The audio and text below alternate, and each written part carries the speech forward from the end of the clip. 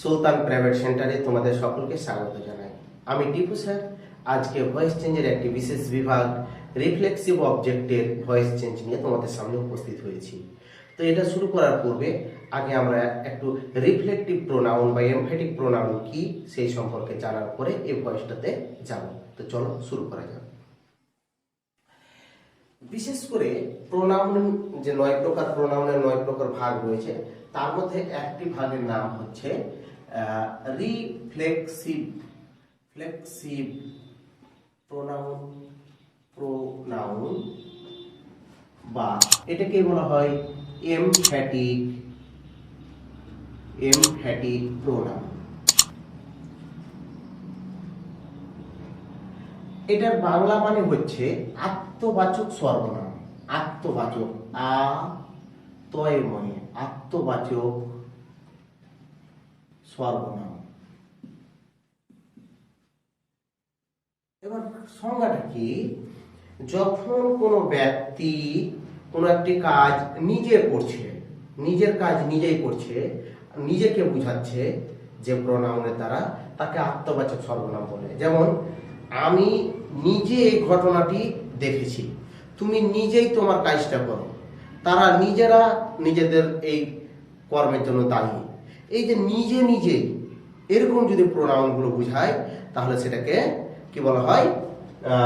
Reflexive pronoun বা emphatic pronoun বলা হয়। চেনার উপায় হচ্ছে এই প্রোনাউনগুলো শেষে সেলফ সেলফ এই কথাটি যুক্ত থাকে।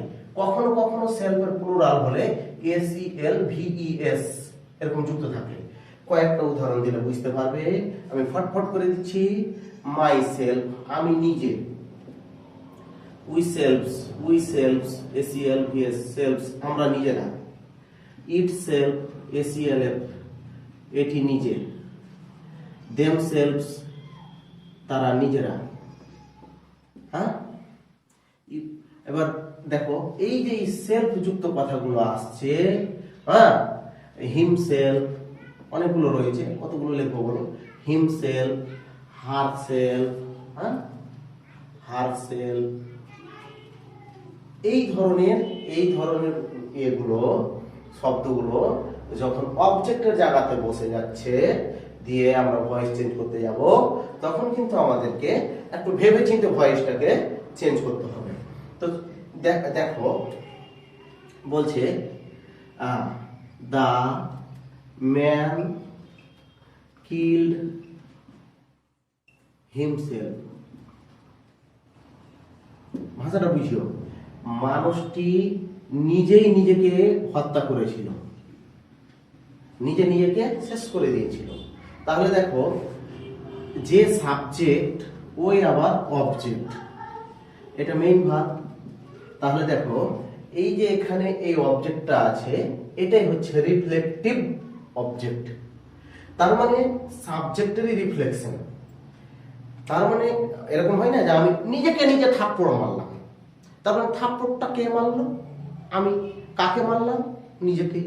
তাহলে এইরকম যদি হয়, তাহলে এটাকে কি বলবে বলো? এটাকে বলবে রিফ্লেক্টিভ অবজেক্ট। তাহলে এই ধরনের ভয়েস চেঞ্জের ক্ষেত্রে কিভাবে ভয়েসটা চেঞ্জ হচ্ছে?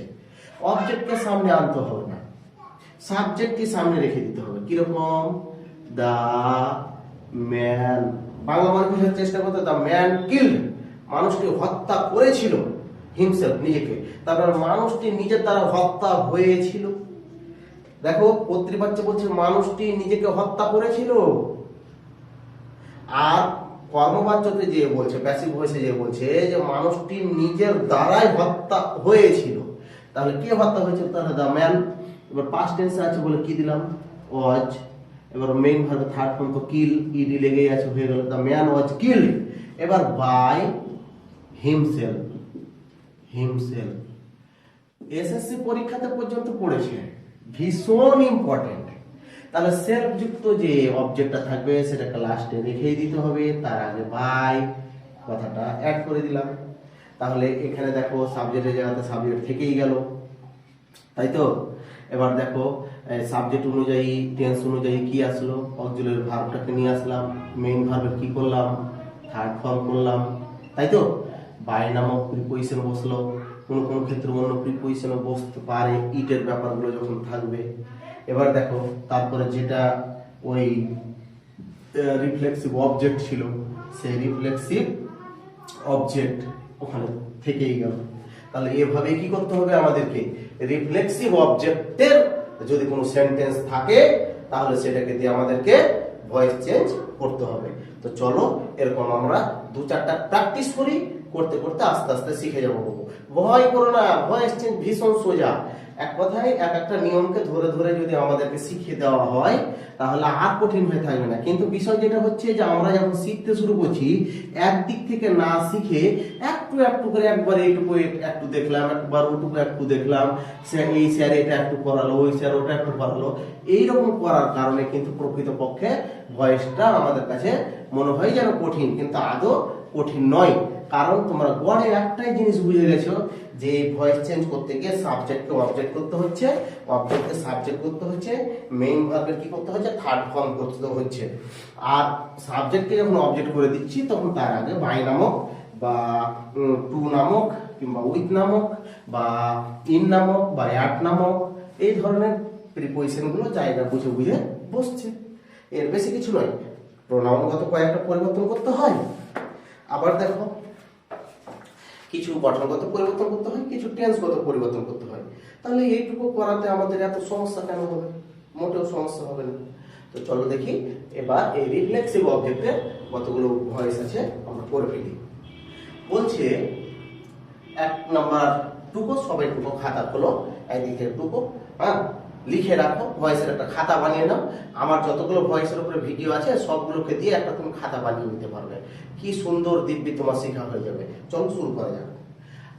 I will blame, BLAM, blame myself, আমি নিজেকেই দোষী সাব্যস্ত করব। কে করবে? আমি। কাকে? নিজেকে। তাহলে কি করবে? দোষী সাব্যস্ত করবে। তাহলে এটা কি হলো? এটা মেইন ভার্ব, এটা কি হলো? অবজেক্ট, এটা কি হচ্ছে? অক্সিলারি ভার্ব, আর এটা হলো সাবজেক্ট। তাহলে আয়ের পাশে শেয়াল বসার কথা ছিল, জোর দেওয়ার জন্য উইল হয়ে গেছে। তাহলে আচ্ছা আমি ওভাবে রেখে দিব, উত্তরটা এদিকে করছি। এটা কিসে ছিল? এটা কোন ভয়েসে ছিল? ওটা অ্যাক্টিভে, এখন করছি প্যাসিভ। তাহলে কি হবে? আই, এবার আয়ের পাশে শেয়াল আর দেবো না, উইলই দিয়ে দিব। তাহলে আই উইল, আই উইল, এবার শেয়াল উইল থাকলে কি বি, কি করতে হবে? বি। তাহলে আই উইল বি। এবার ব্লেমের থার্ড ফর্ম BLAM, ই তো ছিলই, লাগিয়ে দিলাম D, I will be blame. এবার বাই, এবার মাই সেলফ বসিয়ে দিলাম, মাই সেলফ, SELF। একজন আছে বলে সেলফ যুক্ত হচ্ছে, প্রোনাউনটা একজন আছে বলে সেলফ যুক্ত হচ্ছে। যদি অনেকজন হয় তাহলে সেলফস হবে। চলো এবার 2 নম্বর বাক্য লিখি। 2 নম্বর বাক্যতে বলছে দ্য ম্যান কিলড হিমসেলফ। তাহলে দ্য ম্যান, টেন্সটা একটু চেঞ্জ করতে, has killed, the man has killed himself, himself, মানুষটা নিজেকে হত্যা করেছে। তাহলে দ্য ম্যান এটা সাবজেক্ট, হিমসেলফ এটা অবজেক্ট, কিলড এটা হচ্ছে তোমার মেইন ভার্ব, হ্যাজ এটা হচ্ছে অক্সিলারি ভার্ব। তাহলে হ্যাজ থাকলে হ্যাজ বিন হয় বা হ্যাভ বিন হয়। তাহলে চলে আসো দ্য ম্যান, একজনই যেহেতু আছে দ্য ম্যান, তাহলে হ্যাজই হবে, হ্যাজ। হ্যাজের পাশে চলে আসলো নিয়ম অনুযায়ী বিন, কিলের থার্ড ফর্ম করাই ছিল KILLED, কিল। এবার বাই হিমসেলফই বসিয়ে দাও, বাই হিমসেলফ। পারা গেছে? তাহলে চলো এরকম কয়েকটা আমরা বাক্য আগে দিই, চেঞ্জ করার চেষ্টা করো তুমি। দে হিট দেমসেলভস, তারা নিজেরাই নিজেকে আঘাত করেছিল। তাহলে they hit, HIT hit, themselves THEM, them SELVES, themselves. এই হিট এমন একটা ভার্ব যা 3টায় ফর্ম এক, কিন্তু এখানে আমরা আঘাত করেছিল, করে নয় করেছিল, পাস্ট টেন্সে ধরলাম। তাহলে এটা সাবজেক্ট, এটা হচ্ছে মেইন ভার্ব, এটা পাস্ট টেন্সে ধরবে। আর দেমসেলভস এটা হচ্ছে অবজেক্ট। তাহলে চলো এবার তারপরের বাক্য লিখো।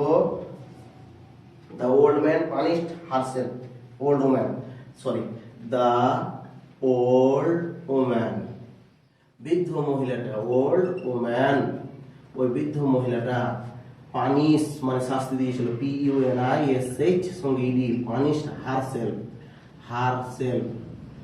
ওই বৃদ্ধ মহিলাটা নিজেকে কি করেছিল, শাস্তি দিয়েছিল। দা ওল্ড ওম্যান, এটা করতে কি হলো, সাবজেক্ট, পানিশ সেকেন্ড ফর্মে আছে, এটা হলো মেইন ভার্ব, হারসেলফ অবজেক্ট। হ্যাঁ, তারপরের বাক্যতে চলো দেখি, এটাকে করার চেষ্টা করো, না পারলে আমাকে কমেন্ট করো, আমি উত্তর করে দিচ্ছি। She has been, আচ্ছা the boy all, আচ্ছা the boy always prizes himself, the boy ছেলেটি, always মানে সর্বদা, সর্বদা যদি বুঝাই তাহলে প্রেজেন্ট ইনডিফিনিট টেন্সে হয় প্রেজ, PRAISES, থার্ড পারসন সিঙ্গুলারের জন্য মেইন ভার্বের সাথে এস বা এস যোগ হয়। হ্যাঁ, praises, the boy always praises himself, himself, বুঝা গেছে, ACLF, himself। তাহলে এই দা বয় এটা হলো সাবজেক্ট, প্রেজেস এটা হলো মেইন ভার্ব, হিমসেলফ এটা হচ্ছে অবজেক্ট, অলওয়েজ এটা টাইম বোঝাচ্ছে, অ্যাডভার্ব অফ টাইম। তাহলে অলওয়েজ এর জায়গাতে অলওয়েজ রেখে দাও, তাহলে দা boy always, and the boy is always praised by himself। উত্তরটা বলে দিলাম, করে নেওয়ার চেষ্টা করি, অলওয়েজ আছে বলে তুমি বুঝতে পারবে না। তারপরে চলো পরের বাক্যটা লিখছি, I saw myself in utter confusion, I মানে আমি, saw দেখেছিলাম, myself নিজেকে, in utter confusion, confusion একদম ভয়ঙ্কর বিশৃঙ্খলার মধ্যে আমি নিজেকে দেখেছিলাম। এটা হলো সাবজেক্ট, এটা হচ্ছে মেইন ভার্ব সেকেন্ড ফর্মে আছে, আর এটা হচ্ছে অবজেক্ট। বাকি এখানে RPS, rest part of sentence, RPS পরে থেকে যাবে, লাস্টে চেঞ্জ করতে হবে। তাহলে এটাকে চেঞ্জ করলে কেমন হতো বলো তো, তাহলে I was seen by myself in utter confusion, এটা কি হলো, the boy is always praised by himself, the old man was punished by, the old woman was punished by herself। তাহলে they were hit by themselves। উত্তরগুলো বলে দিলাম, উত্তরগুলো করে নেওয়ার চেষ্টা করিও এবং প্র্যাকটিস করিও, তাহলে কি হবে, তোমার এই ধরনের যে বাক্যগুলো রয়েছে সেগুলো আর তোমাকে টেনশনে ফেলবে না, তুমি ঠিক পেরে যাবে। চলো আর কয়েকটা উদাহরণ দিচ্ছি, এগুলোকে প্র্যাকটিস করতে হবে নাকি, এগুলো প্র্যাকটিস করলে তোমার চাপ দূর হয়ে যাবে, টেনশন থাকবে না, কারণ এই ধরনের বাক্যগুলো অনেকগুলো বাক্য আমরা একসঙ্গে প্র্যাকটিস করব। তো বাড়ির কাজ হিসাবে এগুলো থাকছে, আর আবার প্র্যাকটিসের জন্য নিজে নিজে প্র্যাকটিস করবা, তার জন্য এগুলো থাকছে। তো সব সময় একটাই কথা বলি, একটা জিনিসকে শিখবে এবং তার সঙ্গে সেগুলোকে ধরে ধরে আর কত রকম ভাবে প্র্যাকটিস করা যেতে পারে সেটা যদি অল্প অল্প করে করে রেখে দাও, তাহলে কোনোদিনও আর আনকমন হচ্ছে বা পারছি না এরকম আসবে না। আচ্ছা, তারপরে একটা বাক্য দিচ্ছি দেখো, হি বলছে হি হ্যাং, HANGED, হ্যাং মানে ফাঁসিতে ঝুলানো, হিমসেলফ সে নিজেকে নিজেই ঝুলিয়ে দিয়েছিল, হিমসেলফ। হ্যাঁ, এটা কি সাবজেক্ট, এটা হচ্ছে মেইন ভার্ব সেকেন্ড ফর্ম আছে, ইডি আছে, আর এটা হলো অবজেক্ট, তাই তো। তারপরে দেখো পরের বাক্য দিচ্ছি, ইউ কন্ট্রোল, কন্ট্রোলের সাথে ইডি করে দিলাম, পাস্ট টেন্স করে দিলাম, ইয়োরসেলফ তুমি নিজেকে, ইয়োরসেলফ তুমি নিজেকে কি করেছিলে, নিয়ন্ত্রণ করেছিলে, এটা হলো সাবজেক্ট, এটা হচ্ছে মেইন ভার্ব, এটুকু হলো অবজেক্ট। আবার দেখো কি বলছে, she has injured herself, she has injured, INJURED, injured herself, herself, বুঝা গেছে। প্রেজেন্ট পারফেক্ট টেন্স আছে, এটা সাবজেক্ট, এটা অক্সিলারি ভার্ব, এটা মেইন ভার্বের থার্ড ফর্মে আছে, এটা হলো অবজেক্ট। তো এভাবে তোমাকে কি করতে হবে, চেঞ্জ করতে হবে। তো চেঞ্জ গুলো কত সহজ দেখো তো, হি হ্যাংড হিমসেলফ, তাহলে হি বসিয়ে দাও, হি। এবার কোন টেন্সে আছে? পাস্ট টেন্সে, তাহলে হি ওয়াজ। এবার হ্যাং এর থার্ড ফর্ম ইডি লেগে আছে, তাহলে H A N G E D, hanged. হ্যাঁ, হি হ্যাংড। এবার কি হবে? Himself, by himself, himself. এবার দেখো, you control, you control, you controlled yourself. তারপরে ইডি লেগে আছে, পাস্ট টেন্সে আছে, তাহলে ইউ ওয়্যার, ইউর পাশে ওয়াজ হয় না, ইউ ওয়াজ হয় না, ইউ ওয়্যার। কন্ট্রোলের সাথে ইডি লেগে আছে, এটাই থার্ড ফর্ম। ইডি লাগিয়ে থার্ড ফর্ম পাওয়া যায়, তাহলে কন্ট্রোলড, ডবল এর সাথে you were controlled by yourself, yourself, SELF, yourself। এটার উত্তরটা কেমন হবে? তাহলে she has been injured by herself, বুঝে গেছে?